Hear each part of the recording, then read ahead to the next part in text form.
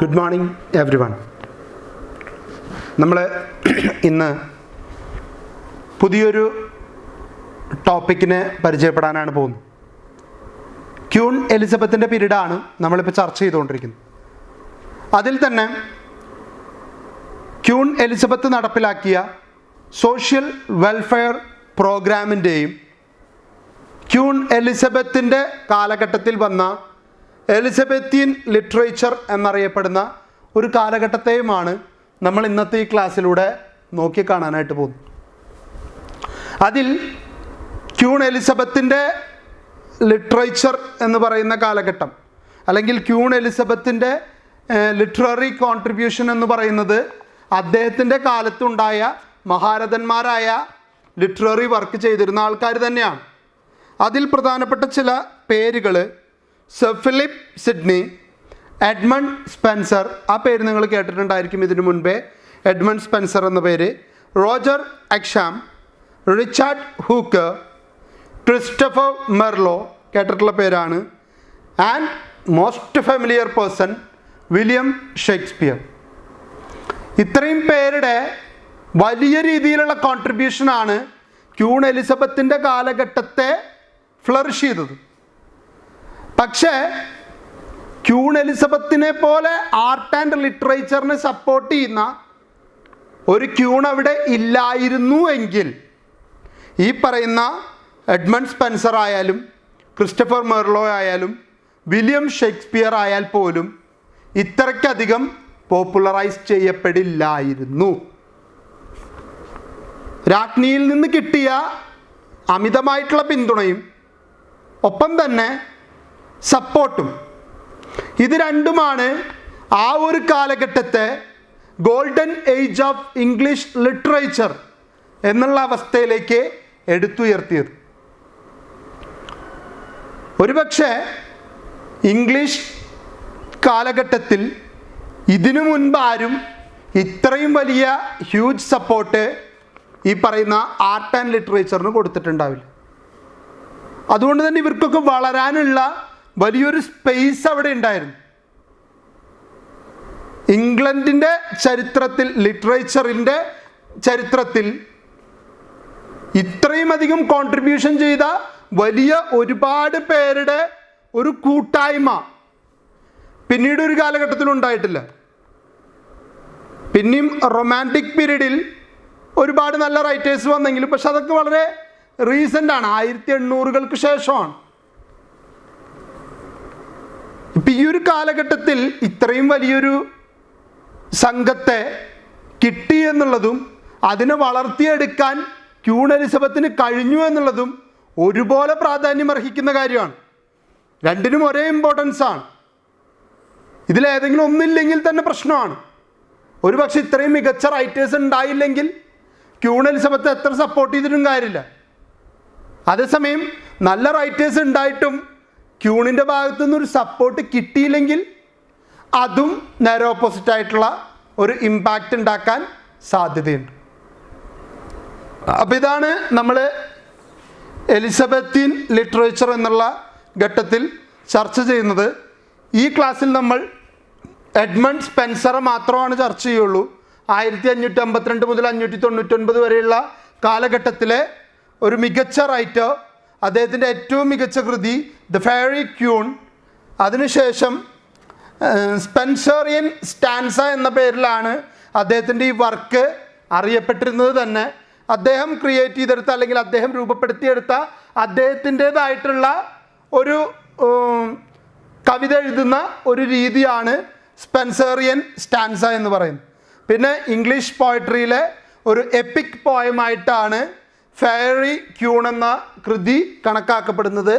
Tudor ഡൈനാസ്റ്റിയുടെ കോൺട്രിബ്യൂഷനും പ്രത്യേകിച്ച് queen എലിസബത്തിനെ price ചെയ്തുകൊണ്ടുള്ള ഒരു കൃതിയാണ് ദ ഫെയറി ക്യൂൺ എന്ന കൃതിയിലൂടെ എഡ്മണ്ട് സ്പെൻസർ സാധിച്ചെടുത്തിട്ടുള്ളത്. അപ്പോൾ ലിറ്ററേച്ചറിൽ നമ്മൾ അത്രയാണ് ചർച്ച ചെയ്യുന്നത്. പിന്നെ ഈ ക്ലാസ്സിൽ ചർച്ച ചെയ്യുന്നത് പൂർണ്ണമായിട്ടും social welfare programmes conducted by Queen Elizabeth. എന്തുകൊണ്ട് അതിന് പ്രാധാന്യം എന്ന് ചോദിച്ചാൽ, അതുവരെ ഒരാളും ചർച്ച ചെയ്യാത്ത ഒരു വിഷയമായിരുന്നു സോഷ്യൽ വെൽഫെയർ എന്ന് പറയും. അതുവരെ പൊളിറ്റിക്കൽ, റിലീജിയസ്, കൾച്ചറൽ കഴിഞ്ഞു. സൊസൈറ്റിയുമായിട്ട് ബന്ധപ്പെട്ട് അല്ലെങ്കിൽ ജനങ്ങളുടെ സാമൂഹിക ക്ഷേമത്തിനെ ഉന്നം വെച്ചുകൊണ്ടുള്ള ഒരു തരത്തിലുള്ള പ്രവർത്തനത്തിനും അന്നത്തെ ഗവൺമെൻറ്റോ അതുവരെ ഉണ്ടായിരുന്ന ഭരണാധികാരികളോ പ്രാധാന്യം കൊടുത്തിരുന്നില്ല. അതിൽ നിന്നൊരു മാറ്റം കൊണ്ടുവന്നത് ഈ കാലഘട്ടത്തിലാണ്. അതുകൊണ്ട് തന്നെ ക്വീൻ എലിസബത്തിൻ്റെ കാലഘട്ടത്തെ the golden age of culture and exploration എന്നാണ് അറിയപ്പെടുന്നത്. കൾച്ചറിൽ നമ്മളുടെ സാംസ്കാരികമായിട്ടുള്ള പല കാര്യങ്ങളിലും നേട്ടം കൈവരിച്ച കാലഘട്ടം. എക്സ്പ്ലോറേഷൻ പിന്നെ പറയണ്ട. ഒരുപാട് നാവിഗേഷനും നേവൽ ഫോഴ്സിൽ തന്നെ ലോകത്തിലെ ഏറ്റവും ശക്തമായിട്ടുള്ള രാജ്യമാക്കി ഇംഗ്ലണ്ടിനെ മാറ്റിയെടുത്തതിൽ പ്രധാന പങ്ക് വഹിച്ച ആളാണ് എലിസബത്ത്. അപ്പോൾ എക്സ്പ്ലോറേഷനും കൾച്ചറിനും വേണ്ടി ഒരു കാലഘട്ടം നീക്കിവെച്ചു. കൾച്ചറിൻ്റെ ഭാഗമാണ് ലിറ്ററേച്ചർ എന്ന് പറയുന്നത്. കൾച്ചറിൻ്റെ ഭാഗമാണ് സോഷ്യൽ വെൽഫെയർ എന്ന് പറയുന്നത്.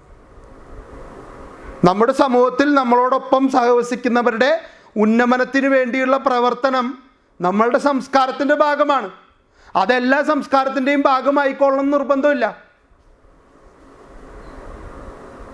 ശരിയല്ലേ? നമ്മൾ വിചാരിക്കുകയാണ് എൻ്റെ കൂടെയുള്ളവനെ ഉയർത്തിക്കൊണ്ടുവരേണ്ട, അവനും ഭക്ഷണം കൊടുക്കേണ്ട ഉത്തരവാദിത്തം എനിക്കുണ്ട് എന്ന് ഞാൻ ചിന്തിക്കുന്നുണ്ടെങ്കിൽ, ഭാരത സംസ്കാരത്തിൻ്റെ ഭാഗമായിട്ട് അത് ഉണ്ടെങ്കിൽ അതെല്ലാ രാജ്യത്തും അങ്ങനെ തന്നെ ഉണ്ടായിക്കൊള്ളണം എന്ന് നമുക്ക് വാശി പിടിക്കാൻ പറ്റും.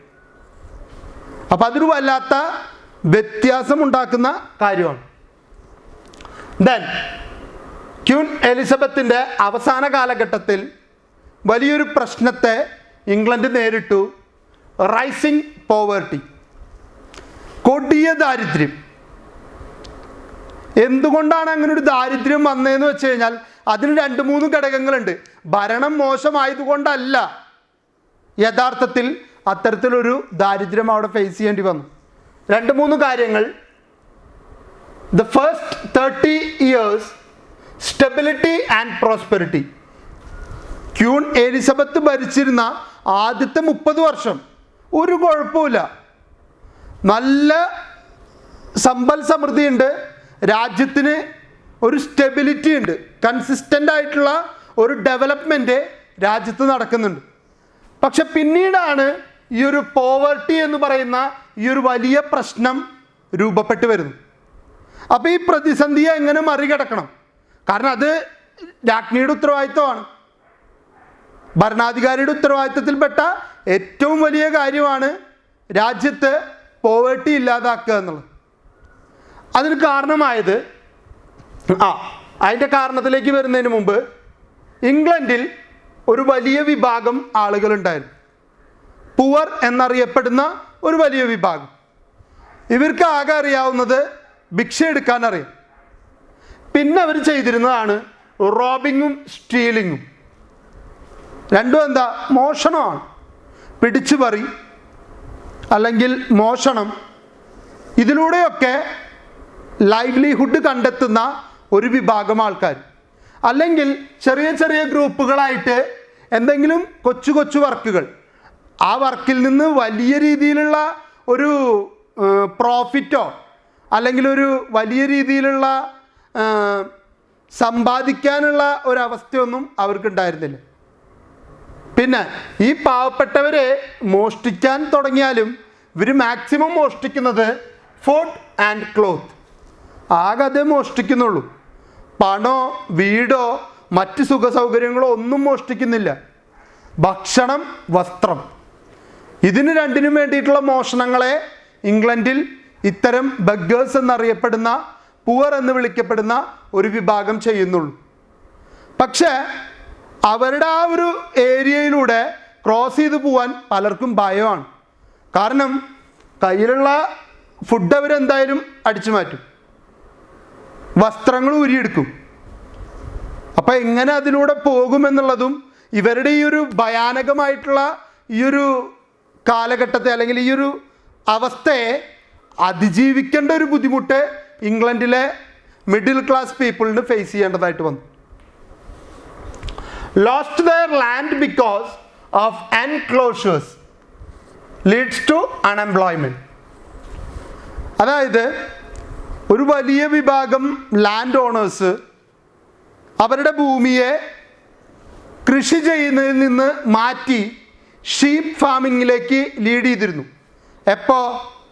മറ്റേ ബ്ലാക്ക് ഡെത്തും പെസന്റ് റിവോൾട്ടിൻ്റെയും കാലഘട്ടത്തിൽ എൻക്ലോഷർ മൂവ്മെൻറ്റ് വളരെ ശക്തമായിട്ട് നടക്കുകയായിരുന്നു.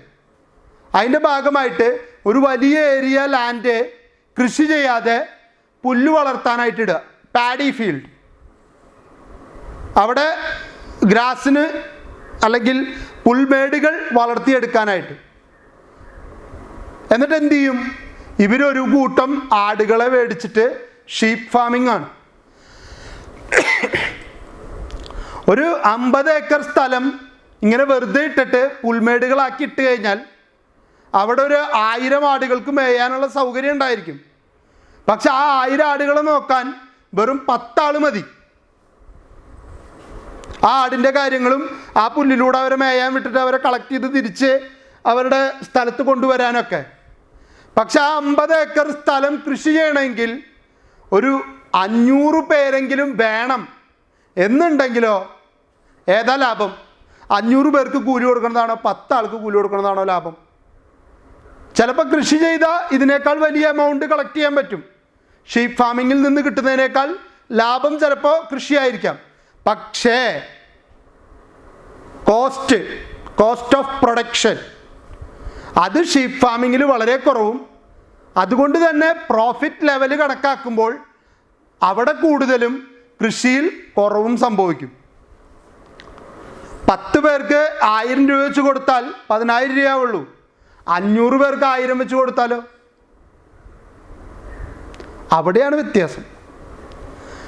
എന്നിട്ട് കിട്ടുന്ന നമ്മളുടെ നെറ്റായിട്ടുള്ള സെയിൽസിൽ നിന്നുള്ള വരുമാനം, അതും നമുക്ക് ചിലവായ കോസ്റ്റ് ഓഫ് പ്രൊഡക്ഷനും തമ്മിൽ തട്ടിച്ച് നോക്കുമ്പോൾ കോസ്റ്റ് ഓഫ് പ്രൊഡക്ഷൻ കൂടുതലായതുകൊണ്ട് ചെറിയൊരു പ്രോഫിറ്റേ കൃഷിയിൽ നിന്ന് കിട്ടുന്നുള്ളൂ.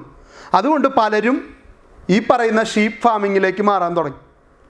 അതിലൂടെ കൃഷി ചെയ്യാൻ കിട്ടിയിരുന്ന പലരുടെയും ലാൻഡുകൾ അടച്ചിടേണ്ടതായിട്ട് വരികയും അവർക്ക് കൃഷി ചെയ്യാൻ ഭൂമി ഇല്ലാതായതിൻ്റെ പേരിൽ അവരെ ജോലിയില്ലാത്തവരായി അൺഎംപ്ലോയിഡ് ആയിട്ട് മാറാനും തുടങ്ങി.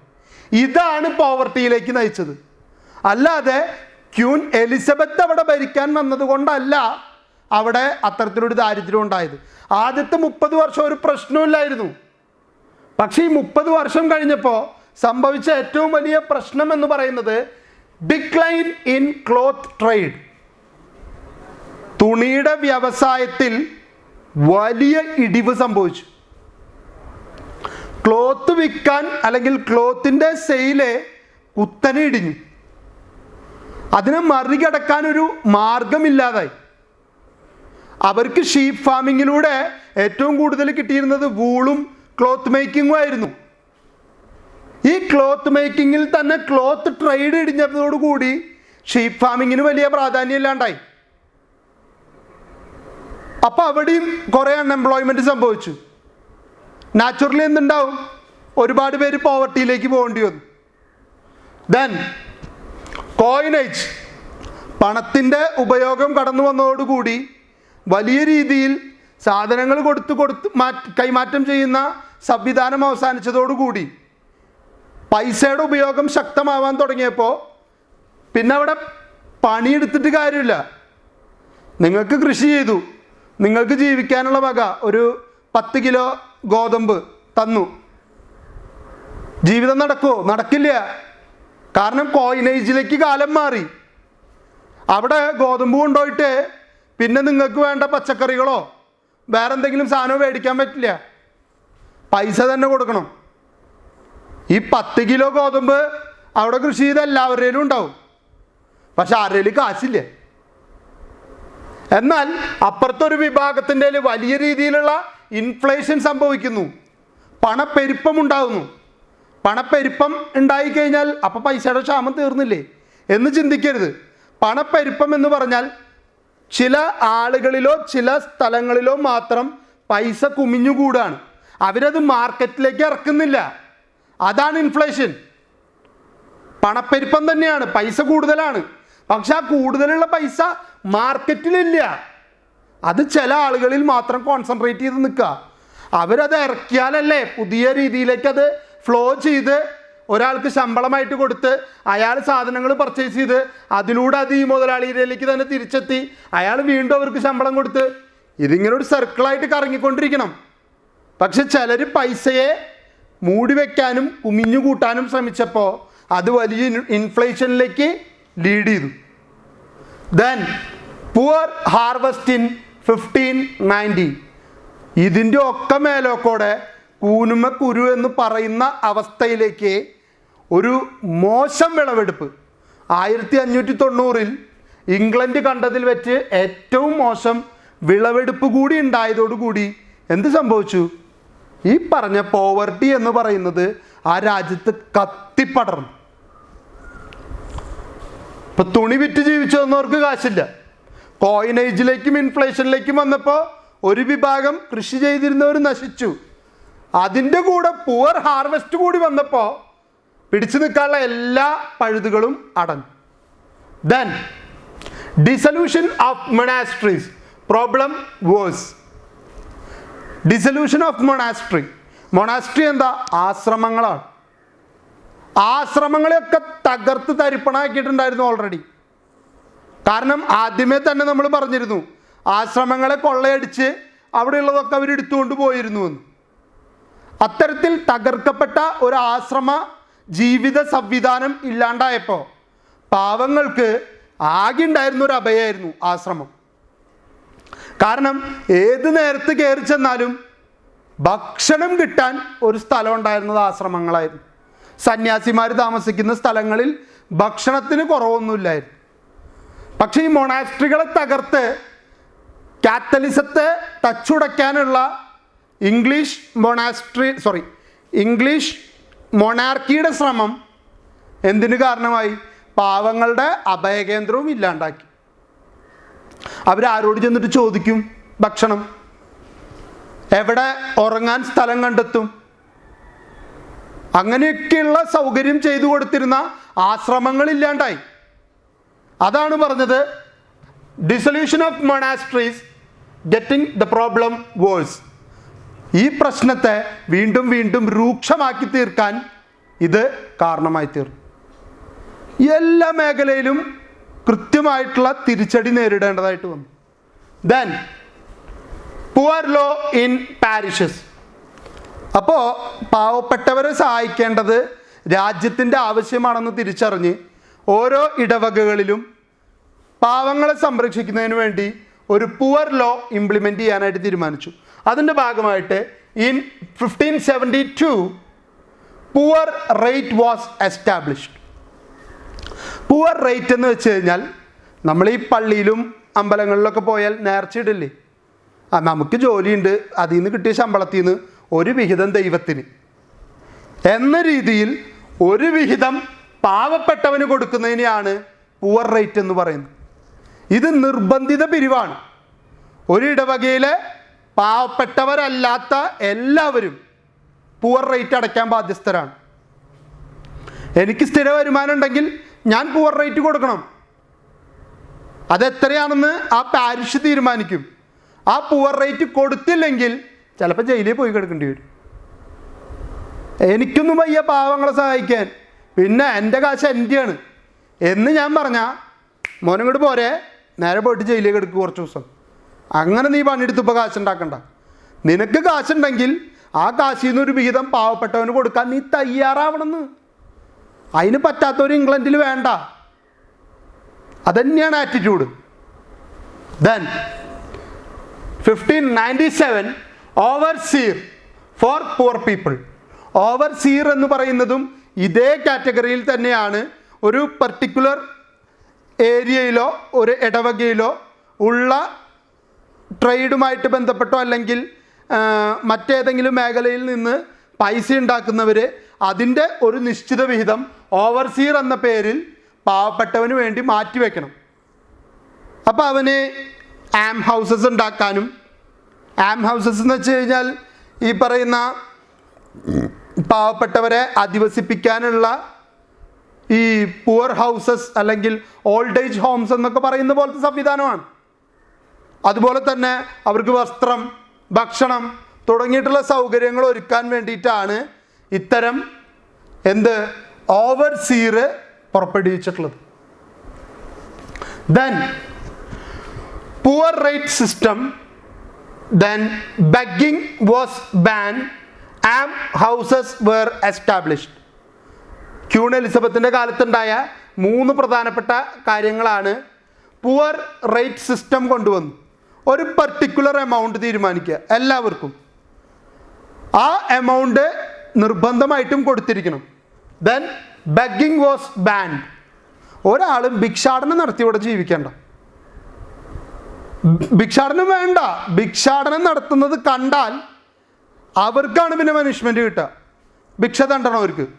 കാരണം അവരെ പുനരധിവസിപ്പിക്കാൻ വേണ്ടിയിട്ടാണ് ആം ഹൗസസ് പോലെയുള്ള സംവിധാനങ്ങൾ ഇംഗ്ലണ്ടിൽ എസ്റ്റാബ്ലിഷ് ചെയ്തിരിക്കുന്നത്.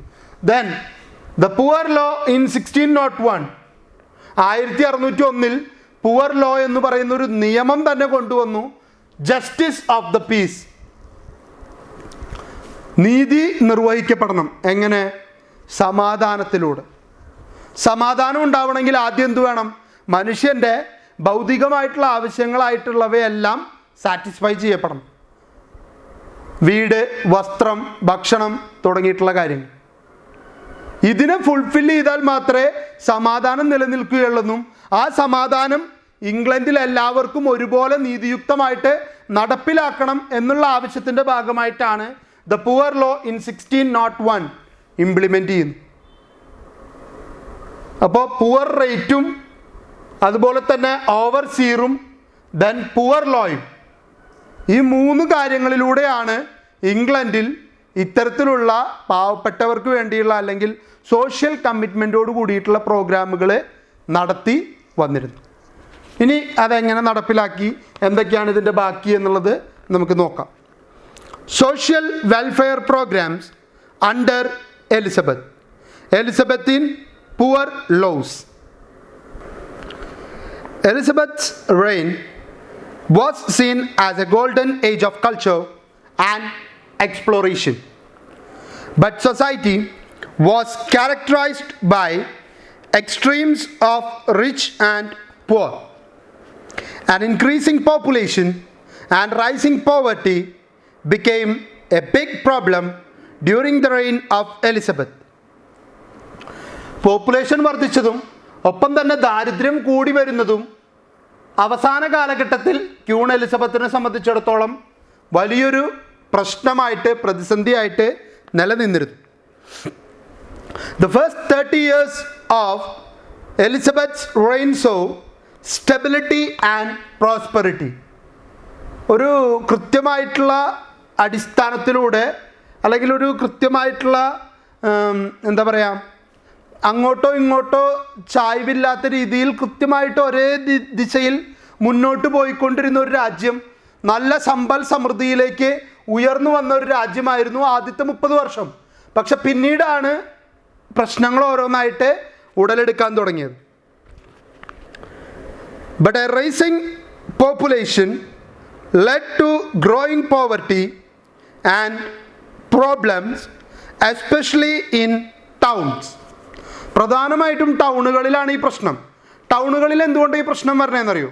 ആളുകൾ ക്ലോത്തിൻ്റെ ട്രേഡുമായിട്ട് ബന്ധപ്പെട്ടുള്ള ടെക്സ്റ്റൈൽ ജോലികൾ ചെയ്യുന്നതിൻ്റെ ഭാഗമായിട്ട് ടൗണുകളിലേക്ക് മൈഗ്രേറ്റ് ചെയ്യുകയും അവിടെ വലിയ രീതിയിലുള്ളൊരു പോപ്പുലേഷൻ ഗ്രോത്ത് ഉണ്ടാവുകയും ചെയ്യാണ്. പോപ്പുലേഷൻ ഗ്രോത്ത് ഉണ്ടാകുമ്പോൾ അതിനനുസരിച്ചുള്ള ജോബ് ഓപ്പർച്യൂണിറ്റീസ് ക്രിയേറ്റ് ചെയ്യപ്പെട്ടില്ലെങ്കിൽ അൺഎംപ്ലോയ്മെൻ്റ് ഉണ്ടാവും. ഒരു ഫാമിലിയെ സംബന്ധിച്ചിടത്തോളം ഒരു കുട്ടി ഉണ്ടാകുമ്പോൾ ഉണ്ടാകാവുന്ന വരുമാനത്തേക്കാൾ കൂടുതലായിരിക്കും 2, 3, 4, 5, 6 കുട്ടികൾ ഉണ്ടായാൽ എന്നവർ ചിന്തിക്കുകയാണ്. പക്ഷെ അത് തെറ്റായിട്ടുള്ളൊരു സിദ്ധാന്തമാണ്. ജനസംഖ്യ കൂടുന്നതിനനുസരിച്ച് എംപ്ലോയ്മെൻറ്റ് ഓപ്പർച്യൂണിറ്റി ഇവിടെ കൂടണമെന്ന് നിർബന്ധമില്ല. യഥാർത്ഥത്തിൽ എംപ്ലോയ്മെൻറ്റിൻ്റെ അളവ് കുറയുകയാണ് ചെയ്യുക. പോപ്പുലേഷൻ കൂടുന്തോറും ഓരോരുത്തർ ജോലികൾക്ക് കയറി വരുമ്പോൾ ഒരു വലിയ വിഭാഗത്തിന് ഇല്ലാതെ വരും. അപ്പോൾ പോപ്പുലേഷൻ ഗ്രോത്ത് അൺഎംപ്ലോയ്മെൻറ്റിനാണ് കാരണമാവുക. അത് മനസ്സിലാക്കാതെ ആളുകൾ ജനസംഖ്യ വർധനവിന് കാരണമായിട്ട് മുന്നോട്ട് പോയപ്പോൾ, അല്ലെങ്കിൽ പ്രത്യുൽപാദനം കൂടുതലായപ്പോൾ അവിടെ വലിയ രീതിയിലുള്ള അൺഎംപ്ലോയ്മെൻറ്റ് പ്രോബ്ലംസ് ക്രിയേറ്റ് ചെയ്യപ്പെടാൻ തുടങ്ങി. By the end of Elizabeth's reign, wide-ranging laws were passed to support the poor.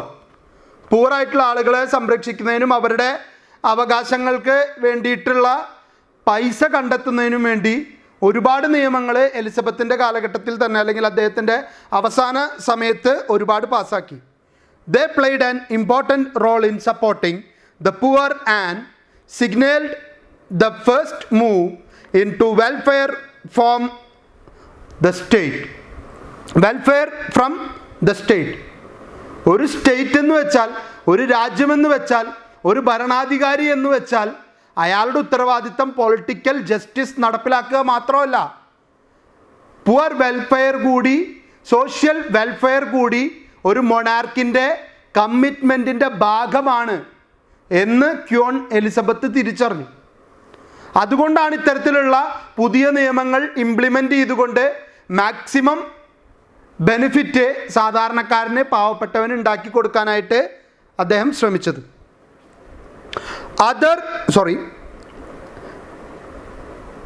Many rogues and sturdy beggars wandered around the countryside in large group, terrorizing, robbing and stealing from the villages that passed through. ഒരു വലിയ ഭിക്ഷാടന സംഘമുണ്ടായിരുന്നു. കാരണം അവരുടെ കയ്യിൽ ഒന്നുമില്ല. ഭിക്ഷയാടിയാൽ തന്നെ അവർക്ക് ജീവിക്കാനായിട്ട് പറ്റുള്ളൂ. പക്ഷേ ഈ ഭിക്ഷാടനത്തിലൂടെ പണം കണ്ടെത്താൻ കഴിയാതെ വരുമ്പോൾ അവരെന്ത് ചെയ്യും? അവർ കടന്നു പോകുന്ന മേഖലകളിലൂടെയൊക്കെ വളരെയധികം പേടിപ്പിച്ച്, ഭീഷണിപ്പെടുത്തി, മോഷ്ടിച്ച്, അല്ലെങ്കിൽ കട്ടെടുത്ത്, അല്ലെങ്കിൽ കൊള്ളയടിച്ച് അവരുടെ കാര്യങ്ങൾ നടത്തിയെടുക്കാൻ തുടങ്ങി. കാരണം അവർക്ക് ഭിക്ഷാടനം നടത്തിയിട്ട് ജീവിക്കാൻ പറ്റണില്ല.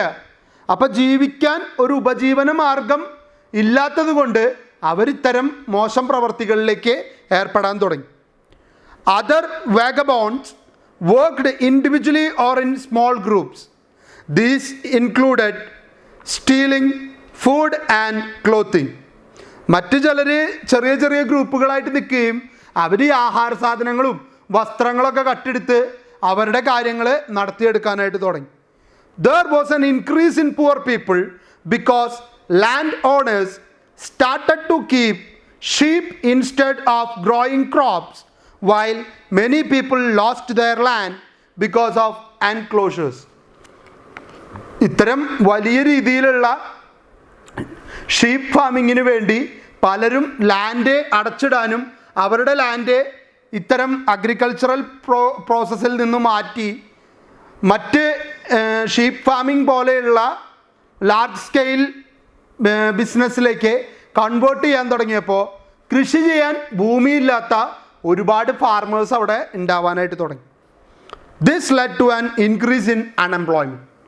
ഇത്തരം പ്രവണത ഒരുപാട് പേർക്ക് ജോലിയില്ലാത്ത അൺഎംപ്ലോയ്മെൻ്റ് അവസ്ഥയിലേക്ക് നയിക്കുമെന്നുള്ള കാര്യത്തിൽ യാതൊരു തർക്കവുമില്ല. A rising population and economic factors such as decline of the cloth trade, then the debasement of coinage and inflation. Poor harvest in 1590s led to widespread famine. ഈ കോയിനേജും ഈ ഇൻഫ്ലേഷനും ക്ലോത്ത് ട്രേഡിലെ തകർച്ചയും എല്ലാം കൂടി നിൽക്കുമ്പോഴാണ് 1590 ഒരു മോശം ഹാർവെസ്റ്റ് കൂടി കടന്നു വരുന്നു. എല്ലാം കൂടിയായപ്പോൾ ഇംഗ്ലണ്ട് കൊടിയ ദാരിദ്ര്യത്തിലേക്ക്, ക്ഷാമത്തിലേക്ക് വഴുതി വീഴേണ്ടി വന്നു. The dissolution of monasteries had also removed the only support available to the poor people, which had made the problems worse. ആകെ കൂടി പാവപ്പെട്ടവനും ഈ ഭിക്ഷാടനം നടത്തി ജീവിക്കുന്നവനും ഉണ്ടായിരുന്ന ഏക ആശ്രയം ചില മൊണാസ്ട്രീസ് ആയിരുന്നു, ആശ്രമങ്ങൾ. അതിനൊക്കെ ഡിസൊല്യൂഷൻ ചെയ്ത് തകർത്ത് കളഞ്ഞതോടുകൂടി അവർക്ക് അഭയം ചോദിച്ചു ചെല്ലാൻ പറ്റിയ ഒരു സങ്കേതം ഇല്ലാതായതോടുകൂടി ഈ പ്രശ്നം വലിയൊരു പ്രോബ്ലമായിട്ട് മാറാനായിട്ട് തുടങ്ങി. During Elizabeth's reign there was a great deal of success in dealing with poverty. അപ്പോൾ എലിസബത്തിനെ സംബന്ധിച്ചിടത്തോളം ഏറ്റവും ആദ്യം ഇനി ചെയ്യേണ്ടത് ദാരിദ്ര്യ നിർമ്മാർജ്ജനമാണ്.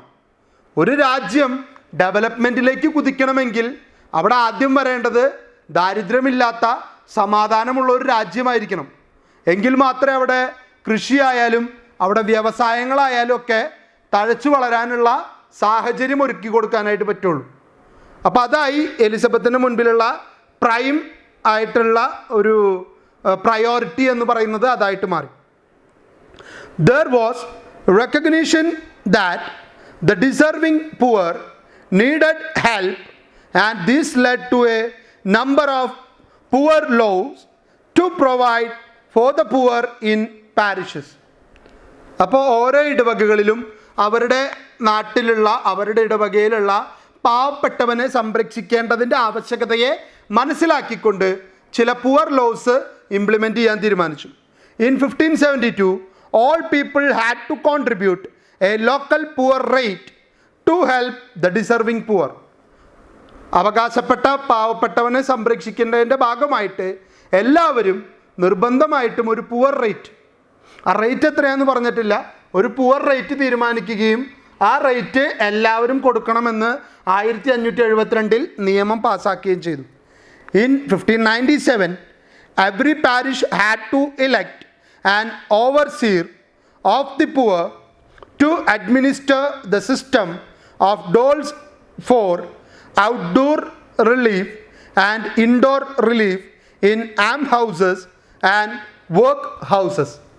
ഇവരെ പുനരധിവസിപ്പിക്കാൻ വേണ്ടി നിർമ്മിച്ചിട്ടുള്ള ഈ ആം ഹൗസസിലോ വർക്ക് ഹൗസസിലോ നടക്കുന്ന പ്രവർത്തനങ്ങളെ വിലയിരുത്താനും അതിൻ്റെ കാര്യങ്ങൾ നടത്തുന്നതിനും വേണ്ടിയിട്ട് ഒരു ഓവർസിയറിനെ നിയമിക്കാൻ തീരുമാനിച്ചു. നടത്തിപ്പുകാരൻ, അയാൾക്കാണ് അതിൻ്റെ പൂർണ്ണമായിട്ടുള്ള ഉത്തരവാദിത്തം. ഇനി വർക്ക് ഹൗസ് എന്താന്ന് പറഞ്ഞിട്ടുണ്ട്. Workhouse was an institution to provide employment for purpose and sustenance for the infirm found in England from 17th through the 19th century. പാവപ്പെട്ടവനും അല്ലെങ്കിൽ പണി കിട്ടാൻ സാഹചര്യമില്ലാതിരിക്കുന്നവനും വർക്ക് ഒരുക്കി കൊടുക്കുന്ന ഒരു മേഖലയാണ് വർക്ക് ഹൗസസ് എന്ന് പറയുന്നത്. അവർക്ക് ചുരുങ്ങിയ വേതനത്തിലായാലും ഏതെങ്കിലും ഒരു ജോലി ചെയ്യാനുള്ള അവസരം ഉണ്ടാക്കി കൊടുക്കുക. അതിനുവേണ്ടി ഒരു ഓവർസിയറെ ഓരോ പാരിഷിലും ഇലക്ട് ചെയ്യാനായിട്ട് തുടങ്ങി. Parish overseers provided relief for the age, സിക്ക് and infant poor as well as work for they able bodied in work houses. ആർക്കൊക്കെ എന്തൊക്കെ സഹായങ്ങൾ ചെയ്തു കൊടുക്കാൻ പറ്റുമോ അത്തരം സഹായങ്ങൾ എത്തിച്ചു കൊടുക്കാനും അത് നോക്കി കണ്ടു അത് നടപ്പിൽ വരുത്തുന്നതിന് വേണ്ടിയിട്ടാണ് ഇത്തരം ഓവർസിയർമാരെ നിയമിക്കുന്നത്. It was a fair system run for and administrated by local people and lasted for many years. ഒരുപാട് കാലം ഇംഗ്ലണ്ടിൽ നിലനിന്നിരുന്ന ഒരു സംവിധാനമായിട്ട് ഇത് മുന്നോട്ട് പോയി. Despite widespread poverty, there was no rebellion against Elizabeth. Many towns such as London, Liverpool, Norwich and Bristol set up their own corporation of the poor. ഇത്തരം poor system ഉണ്ടായിരുന്നെങ്കിലും അല്ലെങ്കിൽ ദാരിദ്ര്യം വല്ലാണ്ട് കൂടിയപ്പോഴും ഒരിക്കലും എലിസബത്തിന് എഗെയിൻസ്റ്റ് ആയിട്ടൊരു കലാപം പൊട്ടിപ്പുറപ്പെടേണ്ട ഒരു സാഹചര്യം ഇംഗ്ലണ്ടിൽ ഉണ്ടായിട്ടില്ല. എല്ലാവരും അതിനോട് സഹകരിച്ച് തന്നെ നിന്നു. ഇംഗ്ലണ്ടിലെ പ്രധാനപ്പെട്ട നഗരങ്ങളായ ലണ്ടനും ലിവർപൂളൊക്കെ അവരുടേതായിട്ടുള്ള ചില കോർപ്പറേഷനുകൾ ആരംഭിച്ച് പാവപ്പെട്ടവനെ സംരക്ഷിക്കേണ്ടതിൻ്റെ ആവശ്യകത സ്വയം ഏറ്റെടുക്കാനായിട്ട് തുടങ്ങി. The Poor Law of 1601 brought together all the measures to create a national system of welfare of the poor. പാവപ്പെട്ടവൻ്റെ നന്മയ്ക്കും നല്ല ജീവിതത്തിനും വേണ്ട കാര്യങ്ങൾ ചെയ്തു കൊടുക്കുന്നതിന് 1601 ഒരു പുവർ ലോ ഇംപ്ലിമെൻ്റ് ചെയ്യാനായിട്ട് ക്യൂൺ എലിസബത്ത് തീരുമാനിക്കുകയാണ്. These law formalized earlier act and law of poor relief. ഈ നിയമത്തിലേക്ക് മുൻപ് നിലനിന്നിരുന്ന എല്ലാ ചെറിയ ചെറിയ നിയമങ്ങളെയും കൂട്ടിച്ചേർത്ത് ഒരൊറ്റ ഫോർമൽ രീതിയിലേക്ക് മാറ്റാനുള്ള ശ്രമമായിരുന്നു. Justice of the peace were the officials selected by the Queen to oversee law and order. സമാധാനം നിലനിർത്തിക്കൊണ്ടുള്ള നീതി നിർവഹണം ആയിരിക്കണം ഈ ഓവർസിയർമാരുടെ ഉത്തരവാദിത്തം എന്ന് ക്യൂൺ അവരെ പറഞ്ഞു പഠിപ്പിച്ചു. They were also performed the duty of enforcement of the poor laws. Following are the important features of the poor law of 1601. 1601 പുറത്തിറക്കിയ പുവർ ലോ കൃത്യമായിട്ട് ഇംഗ്ലണ്ടിലെ എല്ലാ സ്ഥലങ്ങളിലും നടപ്പിൽ വരുത്തുന്നുണ്ടെന്ന് ഉറപ്പുവരുത്തേണ്ട ഉത്തരവാദിത്വം ആർക്കുള്ളതാണ്? ഇത്തരം ഓവർസിയർമാർക്കുള്ളതാണ്. 3 കാര്യങ്ങളായിട്ടാണ് ഈ പുവർ ലോയിനെ നമുക്ക് സംഗ്രഹിച്ച് പറയാനായിട്ട് പറ്റുക. These laws brought in a compulsory nationwide poor rate system. നമ്മൾ ആദ്യമേ പറഞ്ഞാണ് പുവർ റേറ്റ് ഓരോ പാരിഷിലും ഇംപ്ലിമെൻറ്റ് ചെയ്തു എന്ന് നമ്മളിവിടെ 1572 പറഞ്ഞാണ്. പക്ഷെ 1601 അതിനൊരു ഏകീകൃത നിയമമാക്കി എല്ലാത്തിനെയും ഒരു നിയമത്തിന് കീഴിൽ കൊണ്ടുവരികയാണ്. Poor rate is a local tax levied by a parish to finance the relief or support of the poor. പാവപ്പെട്ടവനെ സഹായിക്കാൻ ഓരോ ഇടവകയും പണം കണ്ടെത്തുന്നതിനെയാണ് പുവർ റേറ്റ് എന്ന് പറയുന്നത്. Everyone had to contribute and those who refused would go to jail. ആരാണോ ഇത് നിരാകരിക്കുന്നത് അവൻ ജയിലിൽ പോയി കിടക്കും. Second one, begging was banned and anyone caught was severely punished. ഇനി മുതൽ ഭിക്ഷാടന നിരോധനമാണ് ഇംഗ്ലണ്ടിൽ മുഴുവൻ. ആരെങ്കിലും ഭിക്ഷാടനം നടത്തുന്നത് കണ്ടാൽ അവർക്ക് പണിഷ്മെൻറ്റ് കിട്ടും. ആം houses were established to look after the impotent poor who were unable to work due to age, disability or other infirmity. ഏതെങ്കിലും കാരണങ്ങൾ കൊണ്ട് പണിയെടുക്കാൻ കഴിയാത്ത, ജീവനാംശം കണ്ടെത്താൻ കഴിയാത്തവരെ സംരക്ഷിക്കുന്നതിന് വേണ്ടിയിട്ടുള്ള ആം ഹൗസസ് നിർമ്മിക്കുക എന്നുള്ളത് ആ കാലഘട്ടത്തിലെ വളരെ പ്രധാനപ്പെട്ട ഒരു രീതിയായിരുന്നു. ഇനി Elizabethan literature. Elizabethan period can be considered as the most splendid age in the history of English literature. This was a period of great literacy, creativity and prolific writing. ആണ് ഞാൻ പറഞ്ഞത്, മികച്ച റൈറ്റേഴ്സിന് സംഭാവന ചെയ്യപ്പെട്ട കാലഘട്ടം കൂടിയാണ്. അതുകൊണ്ട് തന്നെ ക്യൂണിൻ്റെ ഒരു സപ്പോർട്ട് മാത്രം മതി അവർക്ക് ഉയർന്നു വരാൻ. The works included a variety of prose and verse with wide-ranging topics. പലതരം ടോപ്പിക്സിലൂടെ കടന്നു പോകുന്ന കവിതകളും പദ്യങ്ങളും കാവ്യങ്ങളും എന്താ പറയുക, എപ്പിക്സ് അത്തരത്തിലുള്ളവ, അല്ലെങ്കിൽ നാടകങ്ങൾ, അതുമല്ലെങ്കിൽ നോവലുകൾ, അങ്ങനെ ഒരുപാട് തരത്തിലുള്ള പല പല വിഷയങ്ങളെ സംബന്ധിക്കുന്ന വലിയ രീതിയിലുള്ള കോൺട്രിബ്യൂഷൻ സംഭവിച്ച കാലഘട്ടം. Romance dominated all types of literature including drama and plays that were at most importance during this time. അപ്പോൾ റൊമാൻസിന് തന്നെയാണ് ആ കാലഘട്ടവും പ്രാധാന്യം കൊടുത്തിരുന്നത്. Science, theology and geography were topics of poetry and literature in general. Literature in Elizabethan England was heavily influenced by that of Italy and to a lesser extent by that of Spain and France. ഇംഗ്ലണ്ടിലെ ലിറ്ററേച്ചറിന് സ്പെയിനിലും ഫ്രാൻസിലും ഇറ്റലിയിലും ഒക്കെയുള്ള literature വർക്കുകളുമായിട്ട് ചെറിയ രീതിയിലുള്ള സാമ്യം അല്ലെങ്കിൽ അതിൽ നിന്നൊരു പ്രചോദനം അവരെ ഉൾക്കൊള്ളാറുണ്ട്. The Elizabethan age saw the flowering of the poetry, sonnets and the Spenserian stanza and was a golden age of drama, especially for the plays of Shakespeare. ഈ കാലഘട്ടം സോണറ്റുകളുടെയും അതുപോലെ തന്നെ സ്പെൻസേറിയൻ സ്റ്റാൻസ എന്ന് പറഞ്ഞ് എഡ്മണ്ട് സ്പെൻസർ കൊണ്ടുവന്ന ഒരു പുതിയ കവിതാ രീതിയുടെയും ഒപ്പം തന്നെ ഷേക്സ്പിയറിൻ്റെ നേതൃത്വത്തിൽ ഒരുപാട് നല്ല നാടകങ്ങൾക്കും സാക്ഷ്യം വഹിച്ച കാലഘട്ടമാണ്. The period also witnessed the variety of splendid prose from historical chronicle, versions of holy scriptures, pamphlets, and literary criticism to the first English novel.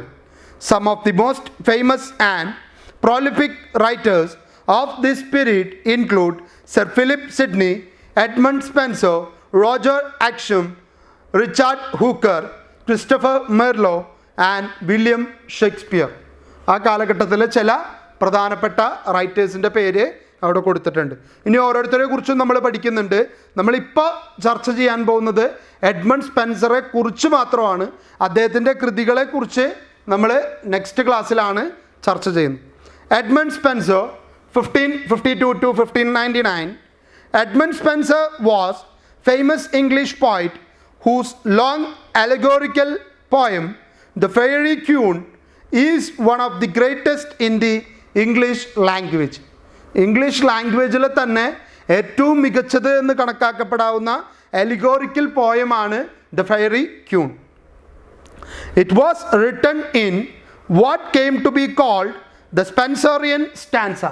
സ്പെൻസറിയൻ stanza എന്ന് വിളിക്കുന്ന ഒരു വിഭാഗത്തിൽപ്പെട്ട റൈറ്റപ്പാണ് അല്ലെങ്കിൽ കാവ്യമാണ് ദ ഫെയറി ക്യൂൺ എന്ന് പറയുന്നത്. The Faerie Queene is an epic poem and fantastical allegory celebrating the Tudor dynasty and Queen Elizabeth. Queen എലിസബത്തിനെയും Tudor ഡൈനാസ്റ്റിയെയും ഒരുപോലെ സപ്പോർട്ട് ചെയ്യുന്ന അല്ലെങ്കിൽ ഒരുപോലെ പ്രൈസ് ചെയ്യുന്ന, അവരുടെ പെരുമയെ പുകഴ്ത്തി കാണിക്കുന്ന തരത്തിലുള്ള കൃതിയായിരുന്നു ഈ ഫെയറി ക്യൂണിലൂടെ എഡ്മണ്ട് സ്പെൻസർ എഴുതാൻ തയ്യാറായത്. His other important works are the Shepherd's Calendar, The Complines, Colin Cloud's Come Home Again, and Epithalamion. He was one of the key literary figure of the English Renaissance. English റിനൈസൻസിൻ്റെ കാലഘട്ടത്തിൽ ഏറ്റവും പ്രധാനപ്പെട്ട പങ്കുവഹിച്ച റൈറ്ററാണ് Edmund Spencer. കാരണം ഒരു മാറ്റത്തിന്, നവോത്ഥാനത്തിന് literature വഴിവെച്ച കാലഘട്ടമാണ് queen എലിസബത്തിൻ്റെ എലിസബത്തീൻ literature എന്ന് പറയുന്നത്. അപ്പോൾ അതിലെ പ്രധാനപ്പെട്ട വ്യക്തിയാണ് എഡ്മണ്ട് സ്പെൻസർ എന്നുള്ളത് കൊണ്ട് തന്നെ അദ്ദേഹത്തിൻ്റെ കൃതികൾക്ക് അതിൻ്റേതായിട്ടുള്ള പെരുമ അവകാശപ്പെടാനായിട്ടുണ്ട്. ഇനി അദ്ദേഹത്തിൻ്റെ ദ ഫെയറി ക്യൂണും ദ ഷെപ്പേർഡ്സ് കാലണ്ടറും നെക്സ്റ്റ് ക്ലാസ്സിൽ നമ്മൾ ചർച്ച ചെയ്യും. അതിനോടൊപ്പം ഫിലിപ്പ് സിഡ്നിയെക്കുറിച്ചും നമ്മൾ നെക്സ്റ്റ് ക്ലാസ്സിൽ ചർച്ച ചെയ്യുന്നതായിരിക്കും. അപ്പോൾ ഇന്നെടുത്ത ഭാഗം എല്ലാവരും നന്നായിട്ട് പഠിക്കുക, മനസ്സിലാക്കി വയ്ക്കുക. സംശയങ്ങൾ ഇപ്പോൾ തന്നെ നിവാരണം നടത്തി മുന്നോട്ട് പോവുക. എങ്കിൽ മാത്രമേ നല്ല മാർക്ക് സ്കോർ ചെയ്യാനും എളുപ്പത്തിൽ ഹിസ്റ്ററി ഒരു കഥ പോലെ ഓർത്തിരിക്കാനും നിങ്ങളെക്കൊണ്ട് സാധിക്കുകയുള്ളൂ. അപ്പോൾ എല്ലാവർക്കും നല്ലൊരു ദിവസം ഉണ്ടാവട്ടെ എന്ന് ആശംസിക്കുന്നു. Thank you.